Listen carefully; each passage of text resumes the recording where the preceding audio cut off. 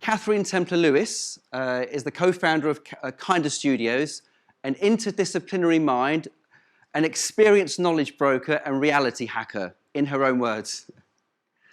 Matthew Bennett is a composer, a sound artist, and a sensory designer, and was the director of sound and sensory design at Microsoft for 10 years. The sounds and miniature musical compositions he's created, they're recognized around the world and heard on more than 1 billion devices each day. There's not many people that can make that claim. These two have worked on some incredible projects and have really unique insights into a better designed future. Please join me in welcoming Katherine Templar and Matthew for an incredible conversation where they'll be diving deep into the future of sound.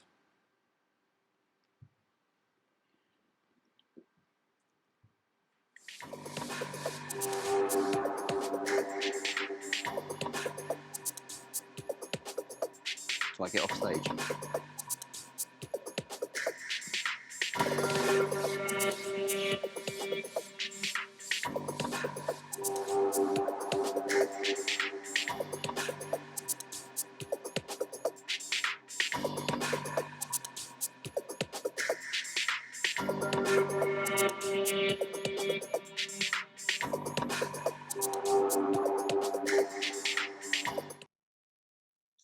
Hello, hello, hello.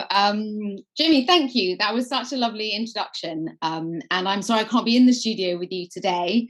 Matthew would have had to do a more epic journey. I would have just had to get in the car. But seeing as this is the future, it sort of seems fitting that we have this sort of hybrid event. So yes, I'm Katherine Templar-Lewis.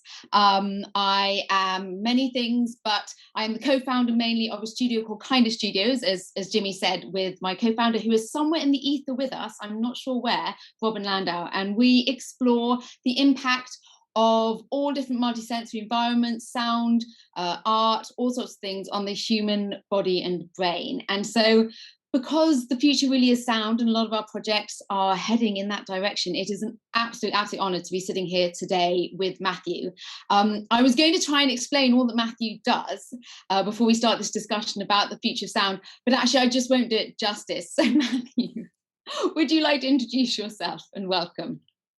Thank you, Katherine, and thank you, Jimmy. It's great to be here. Thanks for the splendid introduction. I'm really looking forward to this conversation. I run a freelance sound design shop based out of Seattle, Washington, called Acoustic Ecology. It's based on my former work and the model of sound design that I developed when I was leading the sound and sensory design program at Microsoft for 10 years, where I was responsible for the sounds of all the major platforms. Thank you. And yeah, to me, it makes you sort of rather legendary that you have seen and be part of the entire evolution of technology and sound. And I think it's something that really is changing. That's what I want to discuss and sort of focus on today, because, probably something that you have seen a lot of from when you first started was that sound has gone from being something that was always sort of in the background to now being at the forefront of design for many, many reasons. Much of my work is looking, in fact, myself and Robin are running a study at the moment at Goldsmiths about the impact of sound and visions on the brain. And I love this expression that Steven Pinker said. He said that music was cheesecake for the mind. And by that, it always makes you think cheesecake. Yes, I know. But it's true, it really activates more parts of the brain than any other of our senses. It is bar smell, the fastest sense we have, and it can go straight into the limbic system, the emotion system of the brain, and really just create everything from memories to emotion to feeling. And I know this is something you talk about. You talk about sound being an emotion rather than actually anything you hear, feeling sound rather than hearing sound. Tell me a bit about your background first of all. I know we're going to go to the future. Sorry, Jimmy, we're going to go to the past quickly first. But of course, you started before Microsoft as a music ethnographer. So what was that jump and what led you from an ethnographer right into technology? Well, I originally started actually as a composer and a performer. And that led me to university where I studied ethnomusicology, which many people may know as the anthropology of musical experience. And that really started to frame, it really kind of blew my mind and changed the way that I thought about sound, and could start thinking about it in a much broader way, culturally, but also physically, psychologically. So I really moved from thinking about music and sound just sort of as these traditional isolated elements of sensory experience, to thinking about how they work more broadly as part of culture, and how we construct meaning with them, but also how they work as part of our personal, as the sensorium, right? Our shared sensory experience, and the idea that sound isn't really separate from our other senses. Our senses are actually a web of different channels that overlap and mix and mingle. So this kind of old-fashioned common sense idea of the senses as separate channels really breaks down when you start to look at it the way you and your team are doing. And that has a lot of implications for how we think about designing sound, and for how I think about composing music as well. Yeah, I couldn't agree more. And I think this idea of sort of cross-modal research, this idea that there may be hierarchies within the senses, but you sort of can't really isolate them. And sound is such an important one. I don't know if you've ever been to, and the name of the cage escapes me, but it's a room where all sound is vacuumed out. And an anechoic chamber, yes. Yes, thank you. I used to work. I worked in one for 10 years. I literally worked in the most anechoic studio you can imagine. Yeah, it was wonderful. I love it. Did you? So for the audience, it's basically it's a chamber that has I mean, feet and feet and feet of sound installations. So it is almost soundless, Yeah. And for some people, apparently, it's the most terrible place on the earth. Why did you love it so much? Because I'm a glutton for sensory punishment. I don't know. Certain people really tend to like it, and certain people don't. And I'll just explain a little bit. People may have seen these pictures of engineering firms or automotive design places, and any place they're doing like sound design for virtual reality, or audiophile companies that create consumer and high-end hi-fi gear. They all have these either big or little anechoic chambers that are just designed to absorb every possible reflection. If you think about sound, it reflects around like light bouncing off a mirror. So the equivalent is that you want the room to have as few hard surfaces, as few mirrors for sound as possible. And the experience when you walk into one of those is that it's extremely, extremely quiet. And even your voice starts to sound different in your body. And if you're with other people, you start to hear all kinds of sounds you don't usually hear from your body, from their body, from your nervous system. You hear you can hear your heart beating often, and it takes a while to recalibrate. You can hear your blood rushing around your body, which is a sound that you filter out all the time. Yeah, and it's actually some people think of it as sensory deprivation. I think of it more as sensory focus, because it just really, really lets you focus on sound. And the first thing you realize is that your body is not silent ever. You're always hearing sound through bone conduction. I mean, we're huge, but we're mostly water, right? And water conducts sound and has a certain impedance, and so our bodies are always vibrating, and that kind of has a spiritual meaning. And I think that's important, but it also has a very kind of empirical physical meaning too, that can be measured and quantified. And for me, it's kind of that combination of the science and the art and the well, for this audience, I'll just say it, spiritual components that make it such a powerful language to connect with people, whether it's music or these really tiny kind of miniature musical compositions that I created for the Microsoft products, or even just very simple sort of tactile sounds like you might hear in another technology product, or in a little home appliance or something. If it's designed just right, it has just that perfect feel that brings a little bit of delight, and also makes the experience more functional, hopefully. Yeah, well, I'm sort of kind of be more on this idea of sort of art and science meeting, which is sort of, you know, fundamental to everything that we do. And also this idea, you know, it's funny, isn't it, how we shy away from, especially in the science world, of using the word spiritualism. And yet, you know, more and more research now is looking into how we experience sound through our whole body, you know, the vibration and what it does to us. And, you know, our cells will very happily in the science world admit that our, you know, electricity runs through our body and our nervous system, yet and all cells have a frequency they vibrate at. Yet the minute you start to talk about the interaction of those two things, sort of people feel you're sort of being drawn into a slightly sort of, you know, a spiritual place, but it's just that it hasn't really been proven yet. And do you think that that is sort of how, do you think our idea of sound is changing in that more vibrational sort of, I was going to say mechanical is the wrong word really, but looking more at sound as you know, that vibration rather than more tonal? I think what's changing is there's more awareness of it on the scientific side, which gives people like me who might be a little reluctant to bring that up in a professional, you know, corporate situation, where it could maybe tend to be distracting if you're not clear about what you mean. So the fact that there's more science going on about it, again, with teams like yours and other people who are looking at this, helps us kind of ground our intuition in more kind of empirical evidence. And it's not like every discussion is a scientific proof of our idea. I mean, you know, the idea that that sound and music are energy, and that it's based on vibration and resonance, and that it's deeply deeply connected to our emotional experience. That's not new. Musicians and artists have known that probably since there were musicians and artists. It's deeply intuitive. We feel it viscerally.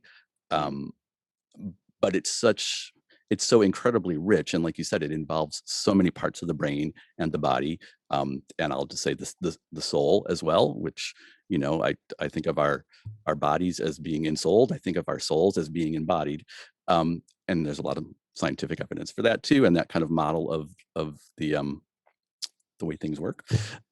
So being able to harness all that in a more focused way actually helps inform our design work.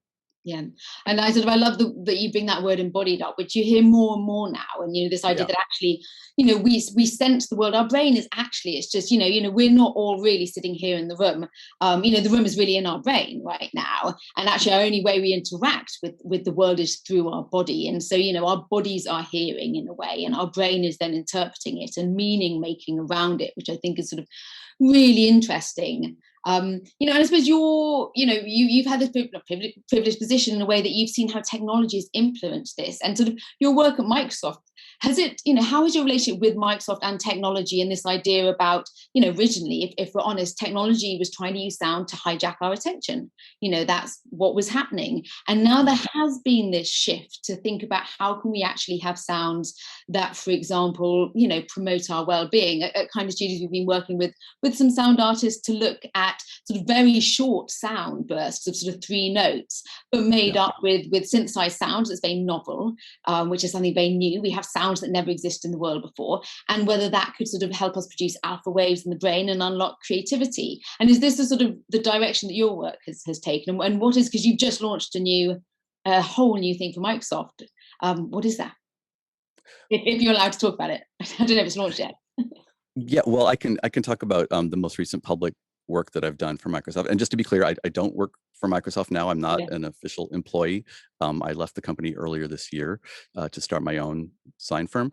But the initiative that I was leading there for many years was the Sound and Sensory Design Program, where I was really fortunate to have a lot of support to pursue these ideas about sound as physical sensory experience, sound and touch, sound and language, sound and the way it shapes our experience of time.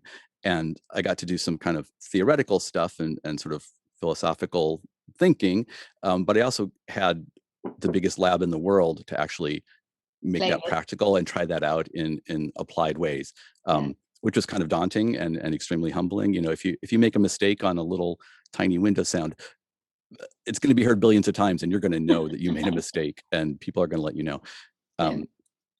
Which and the flip side of that is you can make a little sound that's, you know, soulful and beautiful and fits just right in that experience and the choreography of the relationship to the technology that we're trying to support. And did that and drive your latest work, that sort of idea of being more soulful? I think so. Yeah, I would say that definitely not wanting to be programmed the way so many sounds for technology are. They're either kind of generic sound effects traditionally, or alarms.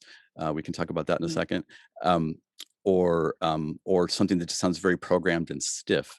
And while my goal was never to make the technology sound human, I definitely wanted it to sound more fluid. So if you listen to a lot of the sounds that I've designed for Windows over the years, they tend to have this kind of very fluid, kind of rolling triplet based feeling, and a very specific pulse that kind of helps to set the rhythm of the OS and the interaction.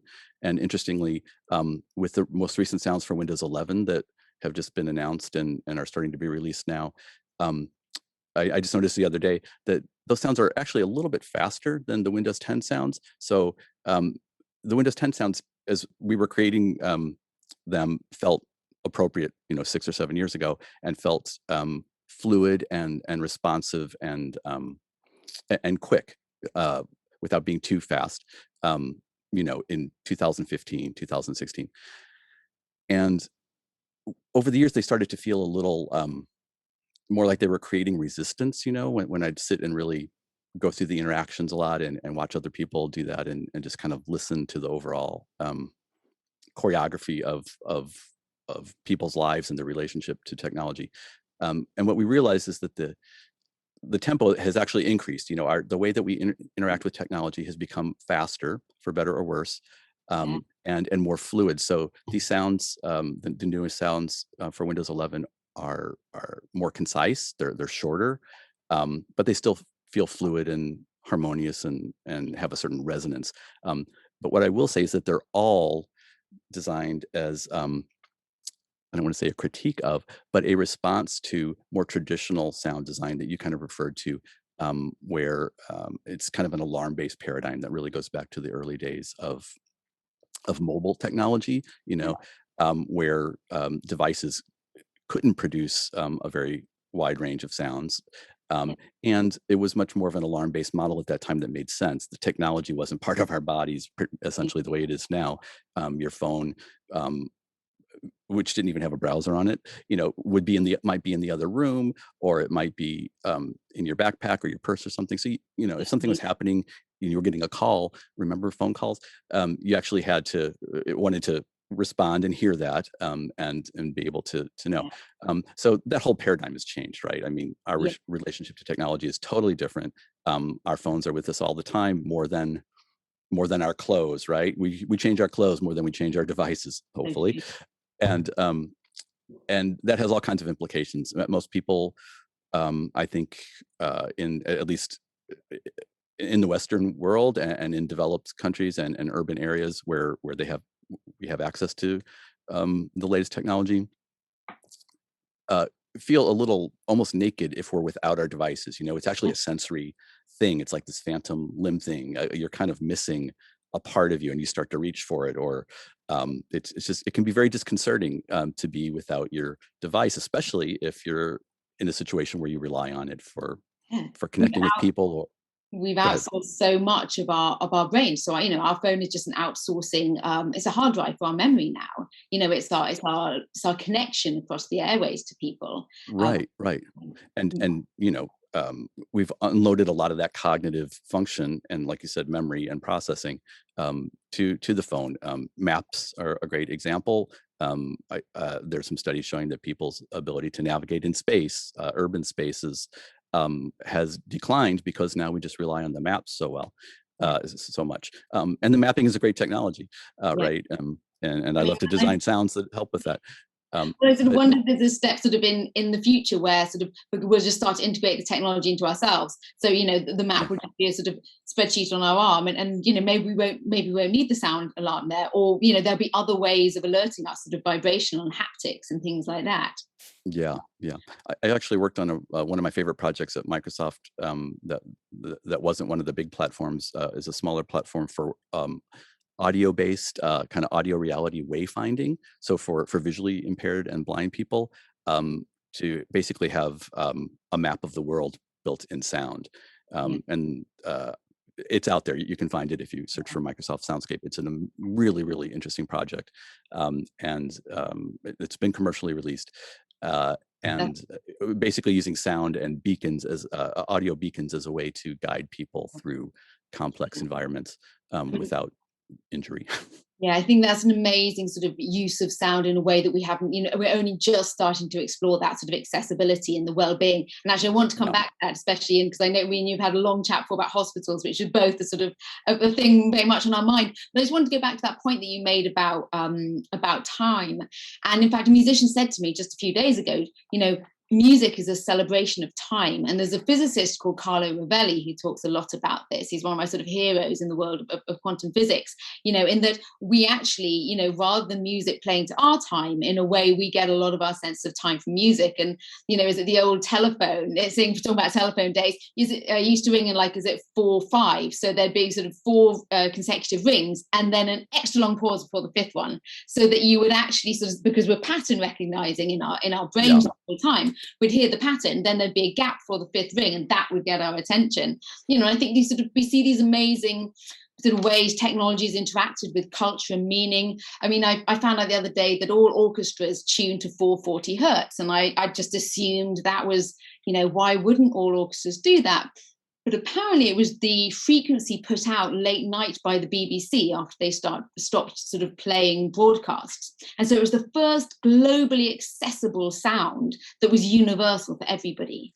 And so it was the first time there was a universal sound that people could tune to and have as a standard, and we see this popping up sort of all over the place. And I wonder where sort of, how that interplay between technology is going to play out.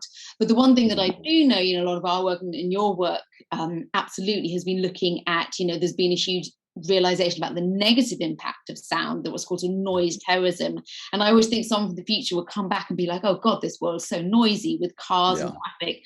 And the one place I think is most obvious is obviously hospitals, where every single piece of equipment is about alerting doctors to sort of death and danger, and so is pitched at terrible frequencies and volumes to really turn your head and get your sympathetic nervous system sort of jumping into alert. But of course, that's absolutely terrible if you're trying to heal and your patient feeling unsafe.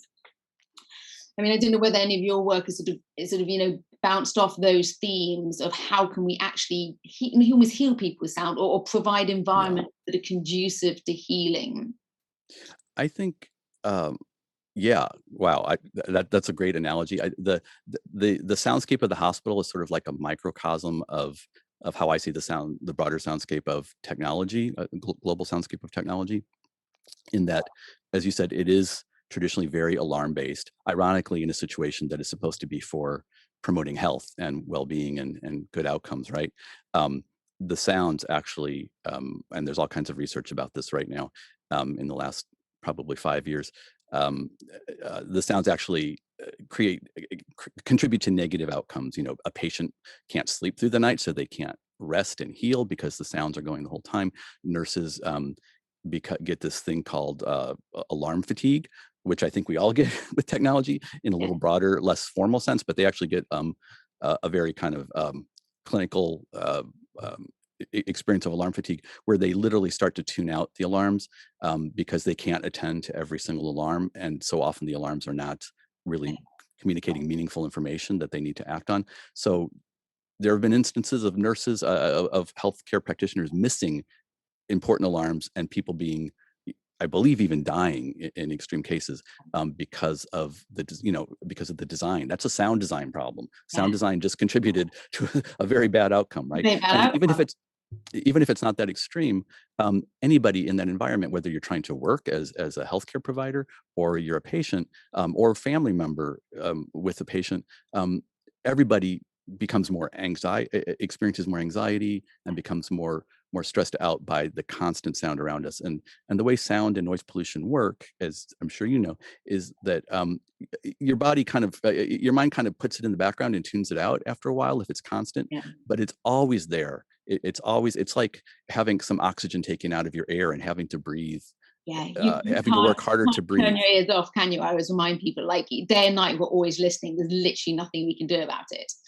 Right. And because of that, we often don't notice how noisy our modern soundscapes are, even in our homes often, until the sound goes away, until that dishwasher goes off. Or one of the most profound experiences I had with that is, I was working in my office space at Microsoft one day several years ago, and for some reason all the electricity just went out. So the heating and cooling system went down, and the lights went off, and all of a sudden it became so quiet, and I hadn't even realized the very high level of noise. And in this case, it was kind of white noise, which I pink can't. noise, which can it can be actually a pleasant experience sometimes, because it's like rain, it's like waves and water, and we can talk about that too. It can be kind of therapeutic. But the point is, we're always surrounded by sound, and we often don't notice until it's gone.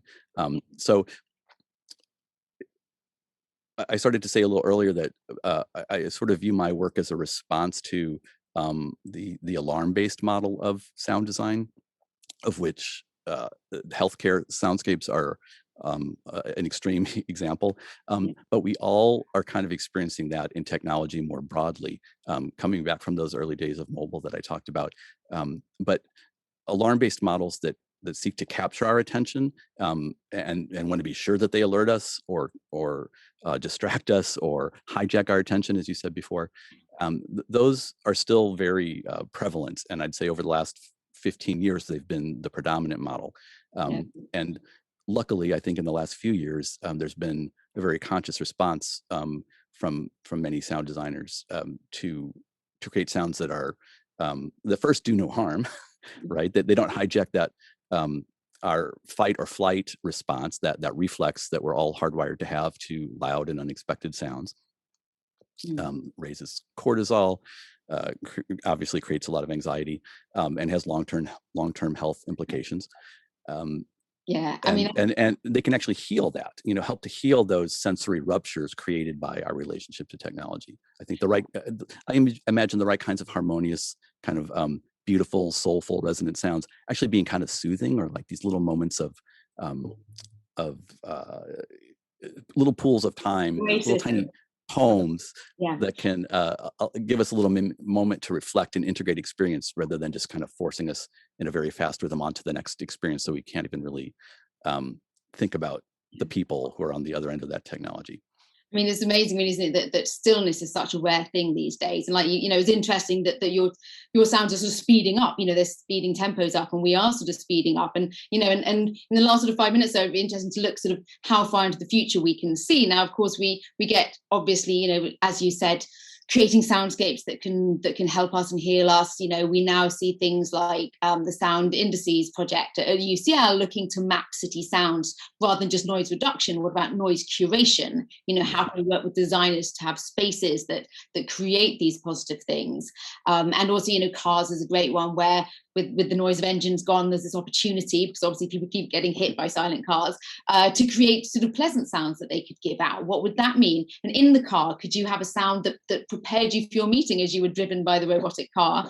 But it would need to alert you if suddenly you had to take over. And what interests me actually is that obviously there's a sound ecologist called Bernie Krause, I'm sure most people know of, who he looked at the biodiversity loss by going to different areas around the world and recording the sound. And now every animal in an ecosystem tends to take up a different sort of frequency, so they don't compete for each other, so they can still hear each other. And so he recorded these sounds, went back 10 years later, and you see these gaps in the frequencies where animals have died and gone extinct. And I wonder if sort of there's a future where actually people are competing, artificially for the frequencies around us. We already see the sort of reskinning of the world in audio. One very obvious way that we're already doing is if you go to a silent disco, you have like 3 different DJs on different channels competing for your time. But I wonder how far into the future, this is going to exist. What's going to happen to the sound space around us? I mean, what do you see in the last couple of minutes sort of on the horizon and beyond? Yeah, that's a neat question. I love that idea of the soundscape being structured by different frequencies and kind of functions based on the different bio, the different biological forms of life that exist in them. And I think a certain kind of ecosystem, audio ecosystem like that exists for sound too. You know, we used to sometimes hear like the Microsoft sounds and the Google sounds interacting in a way that almost sounded intentional and almost harmonious. They didn't sound like the same product or the same platform, but there were several times experiences I had over the years where the sounds kind of seem to carve out their own space and sort of harmonize in a general way. And I don't want to say that that was intentional, although a very good friend of mine runs a sound design at Google. But we never like sat down and talked about it, you know, and I never really designed my sounds around his, and I don't think his team designed their sounds around mine. It might just have come from kind of slightly different philosophical frameworks, and so we ended up kind of being complementary. So ideally, that can happen. I could see futures where sound designers from different companies, you know, form a consortium and actually get together to talk about how what the global soundscape of technology sounds like and how we can collectively make it better. You know, my friend from Google, Connor O'Sullivan, and I talked about that a lot, and the idea of trying to get something organized with other sound designers in the industry. And for various reasons, it hasn't worked out. But I think there's still a lot of potential for that. And in terms of where I see sound going, and the sound of technology developing in a sort of structured and stratified environment, audio environment like that, I actually think, and this is part of the whole sensory design philosophy, is the sounds that are quiet and seamless, but feel good, are going to cut through much better and can be actually much more effective than the sounds that are loud and competing for your attention. The same way that a whisper sounds different than you know, than everybody's screaming at you. I hope I'm not screaming at you. But sometimes quiet is not only more beautiful and healthier, it's more functional. And I think in some cases, if quiet sounds are designed using important psychoacoustic principles, that they actually can be more effective. And I think as people start to realize that, the soundscape of technology will get less alarming and hopefully more beautiful. And I'm going to echo that completely, really. And I think it's that combination about being sort of intentional with sound, sort of, you know, perhaps more ethical about our sound as well. And then knowing that we, you know, as we invite technology into our world to have more sort of sovereignty and agency over, you know, we will start to get to choose, you know, which channel on our disco of silent disco of life that we're listening to. And I think, you know, we will be able to create these soundscapes. So like you, I feel very positive and excited about the world of sound and where it's going to take us. And I think on that note, it's probably time to bring Jimmy back up. I could sit here very selfishly and chat to you forever, and just Jimmy would have to push us off like the end of a sort of Oscar speech. Thank you, Katherine. But, yeah. What a fascinating conversation. So many talking points. One that really stuck with me is when you're talking about the hospital environment. And I very recently been speaking with a company based here in the UK that has just launched a pilot using artificial intelligence and sound within hospitals in the north of England. And I spent a lot of time in hospitals recently for a personal situation. Prior to that, I hadn't done. And you're absolutely right. Every sound in the hospital is a warning sign. Even when you're in the waiting room, you know, it's you know, you're supposed to be taking people there to heal them. So, but thank you so much, guys. What an absolutely fascinating conversation. And I think we have to have you back and have a continuation of this, because there was just so many talking points, and I could sit here listening to all afternoon to both of you. Well, thank you, Jimmy, for creating all of this and such wonderful discussion. And thank you for joining. And thank you, Matthew, for taking the time out, and looking forward to continuing the conversation and welcoming you back to FutureSound in the future. Where else? Wonderful. Thank you so much, Jimmy, and thank you, Katherine, for a great conversation. Thank you all. Thank you, guys. So leading, I suppose, quite smoothly into our next guest. So we're talking about how technology integrates into the human body. We'll specifically talk in there about sound. But I've always